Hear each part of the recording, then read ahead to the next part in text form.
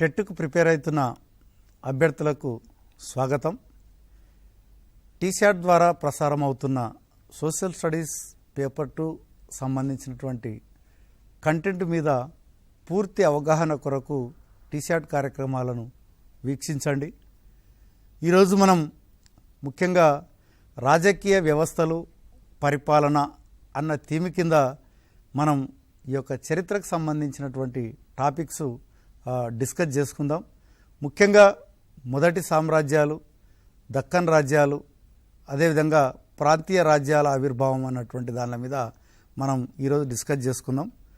ముఖ్యంగా మనం చూసినట్లయితే మనకి మొదటి సామ్రాజ్యాల కింద మనం చూసినట్లయితే ఈ యొక్క హిమాలయాల్లో పుట్టినటువంటి నదుల వల్ల ముఖ్యంగా సింధు నది, గంగా నది, బ్రహ్మపుత్ర నది ప్రధానంగా మనందరికి తెలుసు, ఇవి జీవనదులుగా పిలుస్తారు. దీంట్లో గంగా సింధు మైదానం అన్నటువంటిది చాలా విశాలమైనటువంటి మైదానం.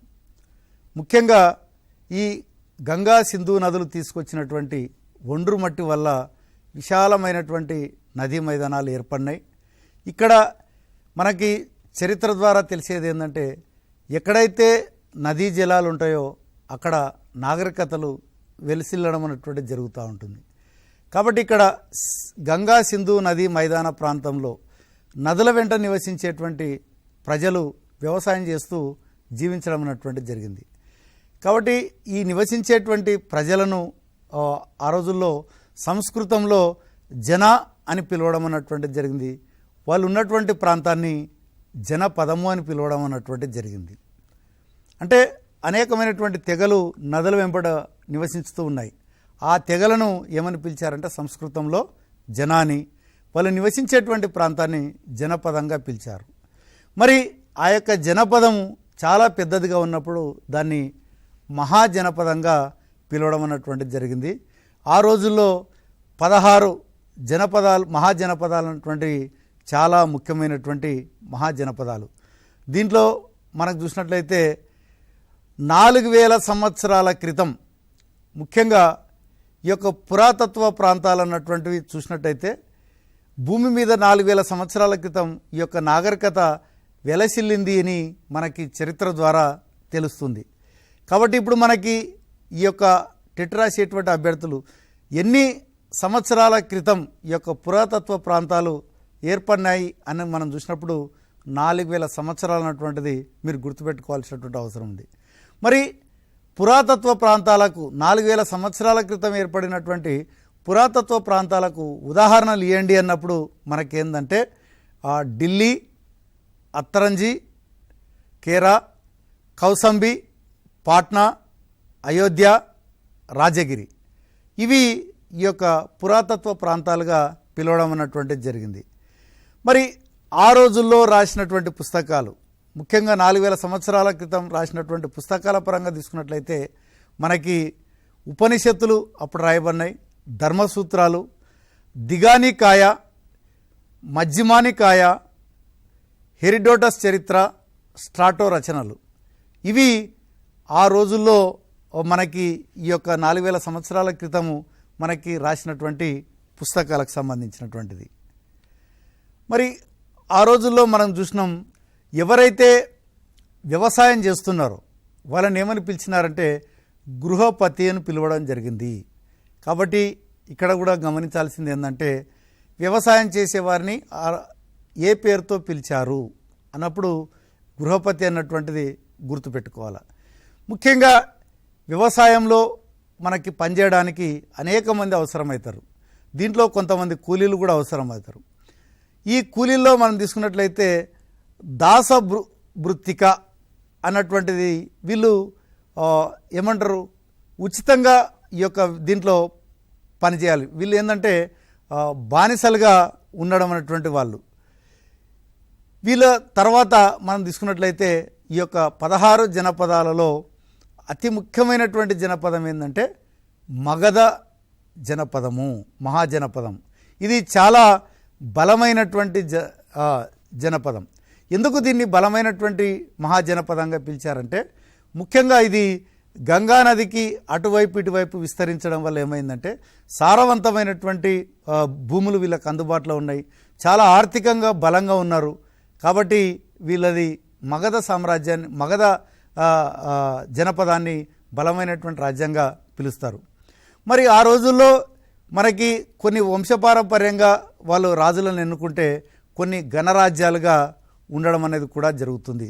ముఖ్యంగా గణరాజ్యానికి ఉదాహరణగా ఏం చెప్పవచ్చు అంటే మనం వజ్జి జనపదంగా చెప్పవచ్చు అన్నట్టు. అంటే ఇక్కడ గణరాజ్యం అంటే ఏంది, పాలకులు వంశపారంపర్యంగా కాకుండా ఇక్కడ ఏం చేశారంటే కొంతమంది సమూహంగా కలిసి వీళ్ళు పరిపాలన చేయడం అనేటువంటిది జరిగింది. అట్లాగే మనం చూసినట్లయితే మిగతాకు సంబంధించినటువంటి జనపదాలు కూడా మనకి చాలా మటుకు కౌసంబి, అదేవిధంగా అంగ, మిగతా చాలా మటుకు జనపదాలు కూడా ఉన్నాయి. కానీ మనకి ఎగ్జామ్లో ప్రధానంగా అడిగేటువంటిది ఏంటంటే మగధ జనపదం, మహాజనపదం గురించే ఎక్కువగా అడగడానికి అవకాశం ఉంది. ఇక నెక్స్ట్ మనం చూసుకున్నట్లయితే సామ్రాజ్యాలు, చక్రవర్తులు ఒక్కసారి మీరు తెర మీద కూడా గమనించండి. మరి వేటిని సామ్రాజ్యాలు అని పిలుస్తారంటే విశాలమైనటువంటి ప్రాంతాలను ఆక్రమించి వాళ్ళు పరిపాలన చేస్తారు. కాబట్టి ఆ విశాలమైనటువంటి ప్రాంతాలను ఏమని పిలిచారంటే వాళ్ళు సామ్రాజ్యాలుగా పిలవడం జరిగింది. ఈ విశాలమైనటువంటి సామ్రాజ్యాలను పరిపాలించేటువంటి రాజులను ఏమని పిలిచారంటే చక్రవర్తులు అని పిలవడం అన్నటువంటిది జరిగింది. అందుకనే మౌర్య సామ్రాజ్యము చాలా విశాలమైనటువంటి సామ్రాజ్యము. అందుకనే మౌర్య చక్రవర్తులు అన్నారు కానీ మౌర్య రాజులు అని పిలవలేదు వాళ్ళని. కాబట్టి ఇక్కడ మనం ఇది కూడా గమనించాలి, విశాలమైనటువంటి ప్రాంతాలు ఉంటే వాటిని పరిపాలన చేస్తే సామ్రాజ్యాలని పిలుస్తారు, ఆ యొక్క రాజులను మాత్రం చక్రవర్తులని పిలుస్తారు. మరి మౌర్య సామ్రాజ్యం గురించి కూడా మనం తెలుసుకుంటే మౌర్య సామ్రాజ్యానికి గురించి తెలుసుకోవడానికి మనకి ప్రధానమైనటువంటి ఆధారం తీసుకున్నట్లయితే ఏంటంటే ఈ యొక్క చాణక్యుడు రాసినటువంటి అర్థశాస్త్రము, అదేవిధంగా ఈ యొక్క మెగస్థెనిస్ రాసినటువంటి ఇండికా, వీళ్ళు రాసినటువంటి గ్రంథాలు ఆ రోజు మౌర్య సామ్రాజ్యం గురించి తెలిపేటువంటి గ్రంథాలు. అట్లాగే ఆ రోజుల్లో చక్రవర్తులు వేయించినటువంటి శాసనాలు ఈ యొక్క మౌర్య సామ్రాజ్యం గురించి తెలుపుతున్నాయి. ముఖ్యంగా మరి అశోకుడు అనేకమైనటువంటి శాసనాలు కూడా రాయించినాడు. కాబట్టి మరి ఆ శాసనాలను బట్టి మనకు మౌర్య సామ్రాజ్యం గురించి తెలుసుకోవచ్చు. మరి అశోకుని శాసనాలు ఏ భాషలో రాయడం జరిగింది, ఇవి కూడా అడగడానికి ఎక్కువగా అవకాశం ఉంది. ముఖ్యంగా అతడు ఉపయోగించినటువంటి భాష ప్రాకృత భాష. ఈ ప్రాకృత భాషలో అశోకుడు శాసనాలను వేయించడం అనేటువంటిది జరిగింది. మరి వాళ్ళు రాసినటువంటి లిపి ఏది అంటే బ్రహ్మి లిపి వాళ్ళు ఆ రోజు ఉపయోగించడం అనేటువంటిది జరిగింది. కాబట్టి అభ్యర్థులు గమనించాల్సింది ఏంటంటే అశోకుడు ఏ భాషలో ఆ శాసనాలు వేయించాలని అడగడానికి అవకాశం ఉంది. శాసనాలలో అశోకుడు ఉపయోగించినటువంటి లిపి ఏది అని అడగడానికి అవకాశం ఉంది. కాబట్టి ఇక్కడ మనం బ్రహ్మి లిపిగా మనం చెప్పడానికి అవకాశం ఉంది. ఇక మరి అశోకుడు మనకు తెలుసు మరి మారిపోవడానికి కారణమైనటువంటి యుద్ధం ఏంటంటే కళింగ యుద్ధం. అశోకుడు చాలా మటుకు ధర్మసూత్రాలను ప్రవేశపెట్టడం జరిగింది. కానీ ఇక్కడ మనం ఎగ్జామినేషన్ పాయింట్ ఆఫ్ వ్యూలో మనం డిస్కస్ చేస్తున్నాం. కాబట్టి ఇక్కడ అశోకుని మనసు మార్చినటువంటి యుద్ధం ఏదంటే కళింగ యుద్ధం. యాక్చువల్గా అయితే అది ప్రస్తుతం కళింగ అయినటువంటి పేరు ఏ రాష్ట్రం వాడుతున్నామంటే మనం ఒడిస్సా. అంటే ఒడిస్సా పాత పేరే ఈ యొక్క కళింగ. కళింగాకు ప్రస్తుతం ఉన్నటువంటి పేరు ఏందని కూడా అడగడానికి అవకాశం ఉంది. ఒడిస్సా రాష్ట్రం అన్నటువంటిది మీరు గుర్తుపెట్టుకోవాల్సినటువంటి విషయం. మరి ఇక్కడ ధర్మ మహామాతృలు అన్నటువంటి పేరుతోని ఇతడు ఏం చేసినాడంటే మొత్తం అశోక ధర్మాన్ని ప్రపంచంలో అంతా కూడా విస్తరించేటువంటి ప్రయత్నం చేయడం జరిగింది. మరి ఈయన అశోక ధర్మం మన దేశంలోనే కాదు విదేశాలకు కూడా విస్తరించడం అన్నటువంటిది జరిగింది. దానిలో భాగంగా ఈయన సిరియా, ఈజిప్ట్, శ్రీలంక, గ్రీస్ దేశాలకు ఈ యొక్క అశోక ధర్మాన్ని విస్తరించడం అనేటువంటిది జరిగింది. కాబట్టి ఇక్కడ కూడా మనం గమనించాల్సింది ఏంటంటే దీని మీద కూడా మనం బిట్ అడగడానికి అవకాశం ఉంది. అశోక ధర్మం విస్తరించినటువంటి దేశం ఏది అన్నప్పుడు మనకి డిఫరెంట్ కంట్రీస్ ఇచ్చి మనకి సిరియా ఇచ్చినా ఇది ఓకే అవుతుంది, ఈజిప్ట్ ఇచ్చినా, శ్రీలంక ఇచ్చినా, గ్రీస్ ఇచ్చినా కూడా మనం కరెక్ట్ ఆన్సర్ రాయాల్సినటువంటి అవసరం ఉంది. ఇక నెక్స్ట్ మనం తీసుకున్నట్లయితే ఈ యొక్క మౌర్య సామ్రాజ్యం తర్వాత ముఖ్యంగా శాతవాహనులు. మనకు తెలుసు గౌతమిపుత్ర శాతకర్ణి శాతవాహన రాజుల్లో గొప్ప రాజు. వీళ్ళు ధాన్య కటకాన్ని రాజధానిగా చేసుకొని వీళ్ళు పరిపాలన చేయడం అన్నటువంటిది జరిగింది. మరి వీరి యొక్క తొలి రాజధాని కూడా మనం తీసుకున్నట్టయితే తెలంగాణ రాష్ట్రంలోని ముఖ్యంగా రాజన్న సిరిసిల్లలో జిల్లాలో ఉన్నటువంటి ఏది కోటిలింగాల అన్నటువంటిది మరి వీళ్ళు మొదటి రాజధానిగా ఉండింది అని కూడా మనకి చరిత్రను బట్టి తెలుస్తుంది. అదేవిధంగా 16 జనపదాల్లో ఒకటైనటువంటి అస్మక అన్నటువంటి మహాజనపదానికి కోటిలింగాల రాజధానిగా ఉండింది అని కూడా మనకి చరిత్ర ద్వారా తెలుస్తుంది. కాబట్టి ఇవన్నీ కూడా ఇక్కడ ఏంటంటే చాలా ముఖ్యమైనటువంటి ప్రశ్నలుగా రావడానికి అవకాశం ఉంది.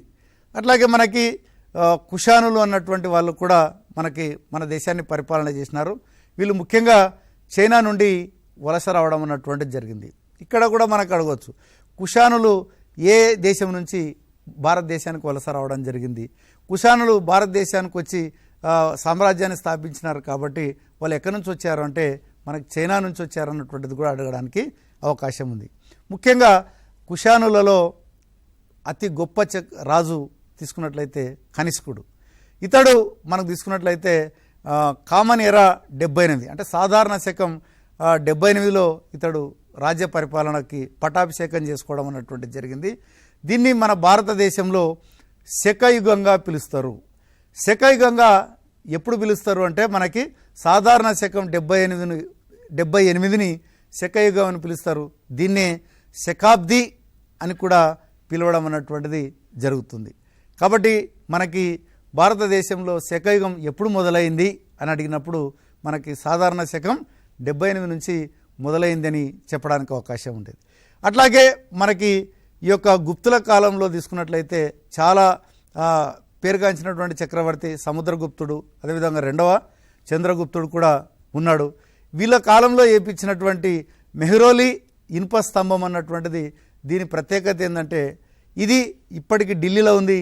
ఇప్పటికి కూడా ఎటువంటి తుప్పు పట్టకపోవడం అన్నటువంటిది ఆ రోజుల్లో ఉన్నటువంటి నైపుణ్యానికి మనం ప్రసిద్ధిగా చెప్పవచ్చు. కాబట్టి ఇక్కడ మెహ్రోలి ఇనుప స్తంభం అన్నటువంటిది ఏ రాజు వేయించాడు అన్నటువంటిది కూడా మనం అడిగితే 2వ చంద్రగుప్తుడు అన్నటువంటిది కూడా గుర్తుపెట్టుకోవాల్సినటువంటి అవసరం ఉంది. దాని తర్వాత మనం తీసుకున్నట్లయితే ఈ యొక్క రాష్ట్రకూటులు. ముఖ్యంగా రాష్ట్రకూటులు అన్నటువంటి వాళ్ళు చాళుక్య రాజులకు సామంతులుగా పనిచేయడం అన్నటువంటిది జరిగింది.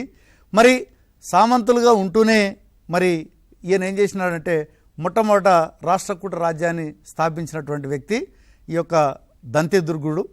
ముఖ్యంగా ఈ యొక్క ప్రశస్తి అయినటువంటి శాసనం ద్వారా వీళ్ళ యొక్క దాని గురించి తెలుస్తూ ఉంది. రాష్ట్రకూటుల యొక్క మొదటి రాజు దంతిదుర్గుడు అని చెప్పి మనకి తెలుస్తూ ఉంది. అదేవిధంగా ఆ రోజుల్లో మనం తీసుకున్నట్లయితే కాశ్మీర్ రాజుల యొక్క చరిత్ర గురించి తెలుసుకోవడానికి మనకి కల్హనుడు రాసినటువంటి రాజతరంగిణి చాలా ఉపయోగపడడం అన్నటువంటి జరుగుతుంది. అంటే ఆ రోజు రాజతరంగిని బట్టి మనకి కాశ్మీర్ రాజుల యొక్క చరిత్ర తెలుసుకోవడం అన్నటువంటి జరుగుతుంది. అట్లాగే మహమ్మద్ గజనీ అన్నటువంటి వ్యక్తి కూడా ఇతడు ఆఫ్ఘనిస్తాన్కి చెందినటువంటి వ్యక్తి. ఇతడు భారతదేశం మీద అనేకమైనటువంటి సార్లు దండయాత్ర చేయడం అన్నటువంటిది జరిగింది. ఇతడు భారతదేశ సంపదను ప్రతిసారి దండయాత్ర చేయడం, సంపదను కొల్లగొట్టుకొని తన దేశానికి తీసుకుపోవడం అన్నటువంటిది ఆనవాయితీగా చేయడం అన్నటువంటిది జరిగింది. అట్లాగే మనకి ఇతడు ముఖ్యంగా సోమనాథ ఆలయం మీద దాడి చేయడం అన్నటువంటిది జరిగింది. ఆ దేవాలయంలో ఉన్నటువంటి మొత్తం సంపదనంతా కూడా దోచుకుపోవడం అన్నటువంటిది కూడా జరిగింది. ఇతడు తాను ఉన్నటువంటి గజనీ అన్నటువంటి ప్రాంతాన్ని ఇతడు పెద్ద రాజధాని కూడా మన డబ్బుతోని నిర్మించుకోవడం కూడా జరిగింది. కాబట్టి ఇక్కడ గజనీ మహమ్మద్కి సంబంధించి ప్రధానమైనటువంటి ప్రశ్న అడగడానికి అవకాశం ఏముందంటే సోమనాథ ఆలయం మీద దాడి చేసినటువంటి వ్యక్తి ఎవరు అన్నప్పుడు మనకి ఈ యొక్క మహమ్మద్ గజనీ అన్నటువంటిది మనకి తెలుసుకోవచ్చు. అట్లాగే మనకు చూసినట్లయితే ఈ యొక్క ఆల్ బెరూని అన్నటువంటి వ్యక్తి కితాబ్ ఉల్ హింద్ అన్నటువంటి గ్రంథాన్ని కూడా రాయడం అన్నటువంటిది జరిగింది. ముఖ్యంగా ఆ రోజుల్లో మనకి ఈ యొక్క చరిత్ర గురించి తెలుసుకోవడానికి ఈ యొక్క గ్రంథం బాగా ఉపయోగపడింది. ఇంకా మనం చూసినట్లయితే చౌహాన్ వంశస్థుల్లో ముఖ్యమైనటువంటి వ్యక్తులు మనం చూసినట్లయితే పృథ్వీరాజ్ చౌహాన్. ఇతడు పృథ్వీరాజ్ చౌహాన్ ఏంటంటే 1191లో ముఖ్యంగా మహమ్మద్ గోరీ చేతిలో ఇతడు ఓడిపోవడం అన్నటువంటిది జరిగింది. ఎప్పుడు 1191లో మూడవ పృథ్వీరాజ్ మహమ్మద్ గోరీని ఓడించడం అన్నటువంటిది జరిగింది. కాబట్టి ఇక్కడ గమనించండి, 1991 మూడవ పృథ్వీరాజ్ ఏం చేసినాడంటే మహమ్మద్ గోరీని ఓడించడం అన్నటువంటిది జరిగింది. కానీ మళ్ళీ తిరిగి అతడు 1192లో ప్రతీకారం తీర్చుకోవడానికి మళ్ళీ భారతదేశం మీదకి రావడం జరిగింది. కానీ ఈ యుద్ధంలో మాత్రం మహమ్మద్ గోరీ జయించడం అన్నటువంటిది జరిగింది. దాంతో మనకి చౌహాన్ల వంశం ముగిసిపోవడం అన్నటువంటిది జరిగింది. కానీ ఇతడు పోతూ పోతూ ఏం చేసినాడంటే కుతుబుద్దీన్ ఐబక్ అన్నటువంటి బానిస వంశానికి చెందినటువంటి వ్యక్తిని భారతదేశంలో తన ప్రతినిధిగా పెట్టి తిరిగి వెళ్ళిపోవడం అన్నటువంటిది జరిగింది. దాంతో మనకి 1192లో మనకి ఢిల్లీలో ఢిల్లీ సుల్తాన్ల పరిపాలన ప్రారంభం కావడం అన్నటువంటిది జరిగింది. అందుకనే ఢిల్లీ వంశస్థుల్లో మనకి ఏంటంటే కుతుబుద్దీన్ ఐబక్ అన్నటువంటి మొదటి రాజుగా మనం చెప్పవచ్చు అన్నట్టు. కానీ అతడు తాను పరిపాలన చేయకుండా కుతుబుద్దీన్ ఐబక్ను ఇక్కడ ఉంచి వెళ్ళిపోవడం అన్నటువంటిది జరిగింది. ఇక మనం చూసినట్టయితే ఏంటంటే ఆ రోజుల్లో మనకి ఈ యొక్క చోళులు అన్నటువంటి దాంట్లో మనం గుర్తుపెట్టుకుంటే ముఖ్యంగా స్థానిక స్వపరిపాలనకు పేరుగాంచినటువంటి రాజులు ఈ యొక్క చోళ చక్రవర్తులు.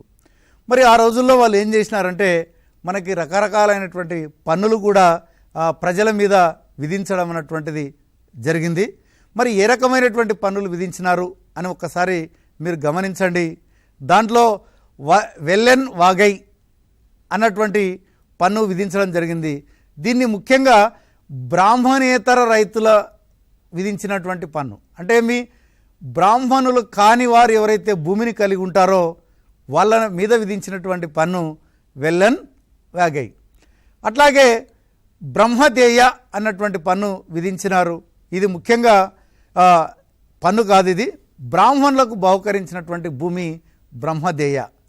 అంటే ఆ రోజుల్లో మనకు తెలుసు రాజులు ఎక్కువ మటుకు బ్రాహ్మణులకు కానుకలు అందించేటువంటి వాళ్ళు. కాబట్టి బ్రహ్మదేయ అనేటువంటి వాళ్ళు పేరుతో వాళ్ళు భూములను దానం చేయడం జరిగింది. అట్లాగే శాలభోగ అన్నటువంటిది ఒకటి ఉంది. ముఖ్యంగా పాఠశాల నిర్వహణకు ఉపయోగించే భూమి. అంటే ఆ భూమి మీద వచ్చేటువంటి పన్నులు ఏం చేసినారంటే పాఠశాల అభివృద్ధి కొరకు ఆ రోజుల్లో చోళులు ఖర్చు పెట్టడం అన్నటువంటి జరిగింది. అట్లాగే బ్రహ్మదేయ కింద ఏదైతే భూములు ఇచ్చారో వాళ్ళు ఏం చేసినారంటే ఆ భూమి మీద వచ్చేటువంటి పన్నును బ్రాహ్మణులు వాళ్ళ జీవనాధారం కొరకు ఉపయోగించడం అన్నటువంటిది జరిగింది. అదేవిధంగా దేవదాన తిరునమత్త కని అన్నటువంటి భూమి కూడా ఇవ్వడం జరిగింది. దేవాలయాలకు బహుకరించినటువంటి భూమి. అంటే ఈ భూమి మీద వచ్చేటువంటి పన్నులు దేవాలయ అభివృద్ధి కొరకు ఉపయోగించుకునేటువంటి వాళ్ళు. అట్లాగే పల్లిచ్చందం అంటే ఇది జైన సంస్థలకు విరాళం ఇచ్చినటువంటి భూమి. అంటే ఇక్కడ ఈ భూమి మీద వచ్చేటువంటి పన్నులు జైనులు వాళ్ళ యొక్క మత అభివృద్ధి కొరకు ఉపయోగించుకోవడానికి అవకాశం ఉంది. అంటే మనకు దీన్ని బట్టి ఏం తెలుస్తుంది, చోళులు వాళ్ళు అన్ని రకాలైనటువంటి మతాలను కూడా గౌరవించినట్టుగా కూడా మనకు తెలుస్తుంది. కాబట్టి ఈ ముఖ్యంగా టెట్ అభ్యర్థులకు గుర్తుంచుకోవాల్సింది ఏంటంటే ఏ భూమి దేనికి కింద వాళ్ళు వాడుకోవడం అన్నటువంటి జరిగింది అన్నటువంటిది కూడా మీరు గుర్తుపెట్టుకోవాల్సినటువంటి అవసరం ఉంది. ఎందుకంటే ఇట్లాంటివే ఎక్కువ మటుకు ఎగ్జామ్లో అడగడానికి అవకాశం ఉంది. ఇక మనకి ఈ యొక్క చోళులకు తీసుకున్నట్లయితే ఇందాకనే మనం వాళ్ళు ఎవరికి ఏ భూమి దానం ఇచ్చినారని తెలుసుకున్నాం.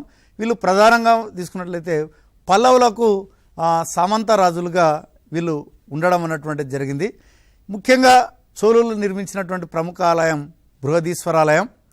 వీళ్ళు ఏం చేసినారంటే మొత్తం సామ్రాజ్యాన్ని తీసుకున్నట్లయితే ఒక్కొక్క ప్రాంతాన్ని వీళ్ళు మొత్తం విలేజ్లు అని మనం ఇప్పుడు ఎట్లయితే అంటున్నామో తెలుగులో ఊరు అని అంటున్నామో ఆ రోజుల్లో కూడా చోళులు కూడా ఊరు అని పిలవడం జరిగింది. కొన్ని ఊర్లు కలిసి వీళ్ళు ఏం చేసినారంటే మరి నాడులుగా పిలవడం అన్నటువంటిది జరిగింది.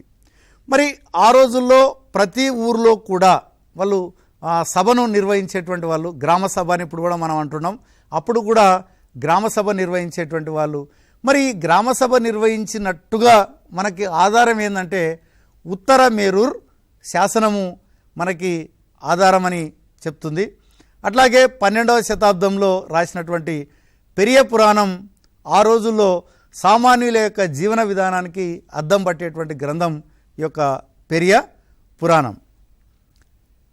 ఇక మనము ఈ యొక్క ప్రాంతీయ రాజ్యాల యొక్క ఆవిర్భావం కింద తీసుకున్నట్లయితే ముఖ్యంగా మన తెలంగాణ ఆంధ్రప్రదేశ్ పరంగా తీసుకున్నట్లయితే మరి మొట్టమొదట కాకతీయులు. మరి కాకతీయ రాజుల్లో మొదటి స్థాపించినటువంటి రాజు దుర్జయ. ముఖ్యంగా వీళ్ళని ఆంధ్ర రాజులుగా కూడా పిలవడం జరిగింది. ఎందుకంటే వీళ్ళు తెలంగాణ ఆంధ్రప్రదేశ్ మొత్తాన్ని కూడా ఆక్రమించి వీళ్ళు పరిపాలన చేసినారు కాబట్టి ముఖ్యంగా వీళ్ళని ఆంధ్ర రాజులుగా కూడా పిలిచారు. కాబట్టి ఎగ్జామ్లో మనకి ఏంటంటే కాకతీయులకు మరొక రకంగా పిలిచినటువంటి పేరు ఏది అని కూడా అడగడానికి అవకాశం ఉంది. మనకి ఆంధ్ర రాజులని రాయాల్సి ఉంటుంది. అట్లాగే వీళ్ళు చాళుక్యులకు సామంతులుగా పనిచేయడం అన్నటువంటిది జరిగింది. ఎవరు? మన కాకతీయులు. దాని తర్వాత దుర్జయ కాకతీయ సామ్రాజ్యాన్ని స్థాపించడం జరిగింది. ముఖ్యంగా ఈ యొక్క రుద్రదేవుడు ఏం చేసినాడంటే రాజధానిని మార్చడం అన్నటువంటిది జరిగింది. ముఖ్యంగా ఇతడు హనుమకొండ నుంచి వరంగల్కి ఓరుగల్లు, ఇప్పుడు మనం వరంగల్ అంటున్నాం, పూర్వం పేరు ఓరుగల్లు, హనుమకొండ నుంచి ఓరుగల్లుకు రాజధానిని మార్చినటువంటి కాకతీయ రాజు ఎవరు అన్నప్పుడు మనకి రుద్రదేవుడు కింద మనం రాయాల్సినటువంటి అవసరం ఉంది. ఇతడు 1000 స్తంభాల ఆలయాన్ని కూడా నిర్మించడం అన్నటువంటిది జరిగింది. మీకు తెలుసు, ఇక్కడ కూడా ఏంటంటే ఈ 1000 స్తంభాల ఆలయాన్ని కట్టించినటువంటి రాజు ఎవరు అని కూడా అడగడానికి అవకాశం ఉంది. ముఖ్యంగా మనం తీసుకున్నట్లయితే ఆ రోజుల్లో మనకి ఈ యొక్క రుద్రమదేవి పరిపాలన గురించి బాగా తెలుసుకోవడానికి ఆధారమైనటువంటి వ్యక్తి ఎవరంటే మార్కోపోలో. ఈ మార్కోపోలో అన్నటువంటి వ్యక్తి ఇటాలియన్ యాత్రికుడు. రుద్రమదేవి కాలంలో ఇతడు ఈ యొక్క కాకతీయ సామ్రాజ్యాన్ని సందర్శించడం అన్నటువంటిది జరిగింది. ఆ రోజుల్లో రుద్రమదేవి యొక్క గొప్పతనం ప్రపంచానికి తెలియజేసినటువంటి వ్యక్తి ఈ యొక్క మార్కోపోలో. అదేవిధంగా మనకి గణపతి దేవునికి సంబంధించి మనకి వివరాలు తెలుసుకోవడానికి అతి ముఖ్యమైనటువంటి శాసనం ఏంటంటే మోటుపల్లి అభయ శాసనం అన్నటువంటిది ఉంది. మరి ఈ శాసనం ద్వారా మనకి గణపతి దేవుని యొక్క ఏమంటారు చరిత్ర మనకు తెలుస్తూ ఉంది. ఇక మనకి మరొక ముఖ్యమైనటువంటి రాజులు ఎవరంటే విజయనగర రాజులు. దీంట్లో 1336లో హరిహర రాయలు, బుక్కరాయలు అన్నటువంటి వ్యక్తులు విద్యారణ్య స్వామి యొక్క ప్రోత్సాహంతో వాళ్ళు విజయనగర సామ్రాజ్యాన్ని స్థాపించడం అన్నటువంటిది జరిగింది. మరి ఈ విజయనగర రాజుల గురించి మనకి ప్రముఖంగా ఆధారమైనటువంటి వ్యక్తులు ఎవరు, వీళ్ళ సామ్రాజ్యం గురించి మనకి ఆధారం ఏందని చూసినట్టయితే సాధారణ శకం 1420లో ఇటలీకి చెందినటువంటి నికోలో కొంటి, అదేవిధంగా సాధారణ శకం 1443 పర్షియన్ వర్తకుడైనటువంటి అబ్దుల్ రజాక్, సాధారణ శకం 1520లో పోర్చుగల్కు చెందినటువంటి డొమింగో పెయిజ్, 1537లో పోర్చుగల్కు చెందినటువంటి న్యూనీస్. అంటే వీళ్ళ యొక్క రచనలను బట్టి ఆ రోజు విజయనగర రాజుల యొక్క చరిత్ర మనకి ప్రపంచానికి చాలా విస్తృతంగా తెలియజేయడం అన్నటువంటిది జరిగింది. కాబట్టి ఇక్కడ మీరు గమనించాలా అభ్యర్థులు ఏంటంటే ముఖ్యంగా వీళ్ళ యొక్క ఎప్పుడు సందర్శించారు, ఏ సంవత్సరంలో సందర్శించారు, అదేవిధంగా వీళ్ళు ఏ దేశానికి చెందినటువంటి వ్యక్తులు, వీళ్ళు ఎవరు అన్నటువంటిది 3 రకాలైనటువంటి ప్రశ్నలు మనకి అడగడానికి దీని మీద అవకాశం ఉంది. కాబట్టి హిస్టరీలో కొన్నిసార్లు తప్పదు, మనం సంవత్సరాలు కూడా గుర్తుపెట్టుకోవాల్సినటువంటి అవసరం ఉంది, దేశాలు గుర్తుపెట్టుకోవాల్సినటువంటి అవసరం ఉంది, అదేవిధంగా వ్యక్తులను కూడా గుర్తుపెట్టుకోవాల్సిన అవసరం ఉంది, శాసనాలను కూడా దృష్టి పెట్టుకోవాల్సినటువంటి అవసరం ఉంది. అదేవిధంగా మళ్ళీ నెక్స్ట్ ఈ యొక్క విజయనగర రాజుల్లో గొప్ప రాజు మనందరికీ తెలుసు, ఈ యొక్క శ్రీకృష్ణ దేవరాయలు. ఈయన 1509 నుంచి 1529 వరకు పరిపాలన చేసినారు. ఈయన పోర్చుగీస్ వాళ్ళ యొక్క సహాయం తీసుకొని ఇతడు బాగా పరిపాలన చేసినాడు. ఈయన రచించినటువంటి గ్రంథం అముక్త మాల్యద. ఈయన ఆస్థానంలో ఉన్నటువంటి కవులను ఏమని పిలిచారంటే అష్టదిగ్గజాలు అని పిలవడం అన్నటువంటిది జరిగింది. నెక్స్ట్ మనం చూసినట్టయితే ఈ యొక్క శ్రీకృష్ణదేవరాయలు కాలంలో మనం ముఖ్యంగా చాలా మటుకు ఏంటంటే అముక్త మాల్యద అన్నటువంటి గ్రంథంలో అతడు తెలుగు జాతి గొప్పతనాన్ని గురించి కూడా చెప్పడం జరిగింది. దేశ భాషలందు తెలుగు లెస్స అన్నటువంటిది కూడా చెప్పడం జరిగింది. అదేవిధంగా మనం చూసినట్టయితే అష్టదిగ్గజాల్లో కూడా అనేక మంది కవులు కూడా మనకి ఉండడం జరిగింది. ఇక నెక్స్ట్ చూసినట్టయితే మనకి ఏంటంటే కుతుబ్ షాహీలు హైదరాబాదుని పరిపాలించినటువంటి వ్యక్తులు, ముఖ్యంగా గోల్కొండను రాజధాని చేసుకొని కులీ కుతుబ్ షాలు మనకి పరిపాలన చేయడం జరిగింది. ముఖ్యంగా తీసుకున్నట్లయితే మొదటి రాజు కులీ కుతుబ్ షా. ఈయన బహుమనీ సుల్తాన్ల దగ్గర గవర్నర్గా పనిచేసేటువంటి వాడు. తర్వాత స్వతంత్ర గోల్కొండ రాజ్యాన్ని స్థాపించినటువంటి వ్యక్తి ఈ వ్యక్తి. ఈయనకు తర్వాత వచ్చినటువంటి వ్యక్తి ఇబ్రహీం కులీ కుతుబ్ షా. ఈయనకి మల్కిబరాముడు అన్నటువంటి పేరు కూడా మనం ఉంది. ఈయన ముఖ్యంగా తీసుకున్నట్లయితే 1526లో హుస్సేన్ సాగర్ అన్న చెరువుని తవ్వించినటువంటి వ్యక్తి ఈ యొక్క ఇబ్రహీం కుతుబ్ షా. ఈయన కాలంలో ప్రసిద్ధి చెందినటువంటి సూఫీ గురువు మనం తీసుకున్నట్లయితే హజరత్ హుస్సేన్ షా వలి అన్నటువంటి వ్యక్తి ఈయన సంస్థానంలో ఉన్నటువంటి ప్రసిద్ధమైనటువంటి సూఫీ గురువు. ముఖ్యంగా ఈయన మూసీ నది మీద పురాణాపూల్ వంతెన నిర్మించినటువంటి వ్యక్తి ఈ వ్యక్తి. అదేవిధంగా మహమ్మద్ కులీ అన్నటువంటి వ్యక్తి కూడా హైదరాబాద్ని ప్రణాళికాబద్ధంగా నిర్మించినటువంటి రాజు ఈయన మక్కా మసీద్, జామా మసీద్ ఈ రెండింటిని కూడా నిర్మించినటువంటి వ్యక్తి. అదేవిధంగా మహమ్మద్ కులీ కుతుబ్ షా ఈ యొక్క చార్మినార్ కూడా నిర్మించినటువంటి వ్యక్తి. ఈయన తర్వాత వచ్చినటువంటి వ్యక్తి అబుల్ హసన్ తానిసా. ఈయన సంస్థానంలోనే మనకి ఈయన సంస్థానంలో కంచర్ల గోపన్న అన్నటువంటి వ్యక్తి ముఖ్యంగా ఇప్పుడున్నటువంటి ఖమ్మం జిల్లాలో ఉన్నటువంటి పాల్వంచకి తహసీల్దార్గా నియమించడం అన్నటువంటి జరిగింది. ఈయన ఏం చేసినాడంటే వసూలు చేసినటువంటి పన్నుతోని ఈయన ఏం చేసినాడంటే భద్రాద్రిలో రామాలయాన్ని నిర్మించడం అన్నటువంటి జరిగింది. దాని తర్వాత ఈయన కారాగార శిక్ష కూడా అనుభవించడం అన్నటువంటిది కూడా జరిగింది. ఈయన్నే మనం రామదాస్ అని పేరు కూడా పిలవడం అన్నటువంటిది జరిగింది.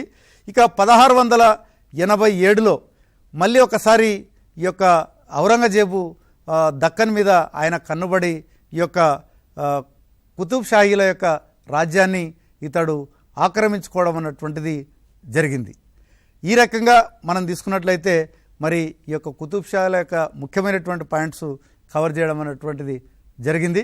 మరి టెట్ అభ్యర్థులు కూడా మనం గమనించాల్సింది ఏంటంటే చెప్పినటువంటి పాయింట్స్ అన్నీ కూడా ఒకసారి నోట్ చేసుకొని అదేవిధంగా మరొకసారి ఏదైతే 6, 7, 8, 9, 10 పుస్తకాలు ఉన్నటువంటి ఈ చాప్టర్స్ ఒక్కసారి మీరు చూసుకున్నట్లయితే మరి దీని మీద మరింత అవగాహన పొందడానికి అవకాశం ఉంది. మరి మరొక టాపిక్తో కలుసుకునేటువంటి ప్రయత్నం చేద్దాం. అంతవరకు సెలవు. నమస్కారం.